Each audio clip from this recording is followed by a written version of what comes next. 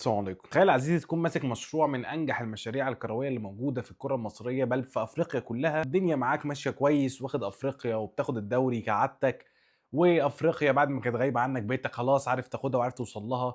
واصل في ست سبع مرات، واصل النهائيات، وواصل وعامل كل حاجه في الكوره تخليك من انجح الانديه الافريقيه في التاريخ، وده بدون منازع. فبالتالي بيجي لك بقى فلوس، وبيجي لك سبونسرز، وبيجي لك الكلام، الحاجات اللي هي ايه تخليك تعلى اكتر واكتر واكتر، واسمك زي ما هو من زمان بيتقارن بالانديه الاوروبيه عادي جدا، واي حد مصري او غير مصري بيتمنى انه يكون بيلعب في الكيان اللي انت ماسكه، ولكن بقدره قادر وبطريقه ما حدش يفهمها ولا يفهمها غير الناس اللي شغالين جوه. قدرت انت بايديك الاتنين توقع النادي ده، توقع النادي اللي كان شايلك وكان شايل اسمك طول ما انت عايش لسبب لا يعلمه احد، كله بسبب المجاملات والقرف وكل حاجه بتيجي على مصلحه النادي الاهلي، كلها حصلت عشان تقدر توصله لهذا الليفل المتدني اللي احنا وصلنا له. عايز ده يبقى مبسوط، وعايز ده يبقى مبسوط، وعايز ده راضيه على النادي، وعايز ده فوق مصلحه النادي. كل الحاجات دي لازم طبعا تؤدي ان هي تيجي على حساب جماهيرك، وعلى حساب النادي، وعلى حساب محبين النادي. الموضوع على فكره يا جماعه يعني خلي بالكم الموضوع قديم. سوء التخطيط بادئ من ساعه ما قالوا يا عبد المنعم يلا سلام. يا سيدي انا على عيني وعلى راس الاحتراف، وكلنا نحترف، ليه لا؟ كلنا يا سيدي نحترف. انت بعد ما بتقرر حاجه ازاي مش مخطط لتبعيات هذا القرار، او التبعيات بتاعت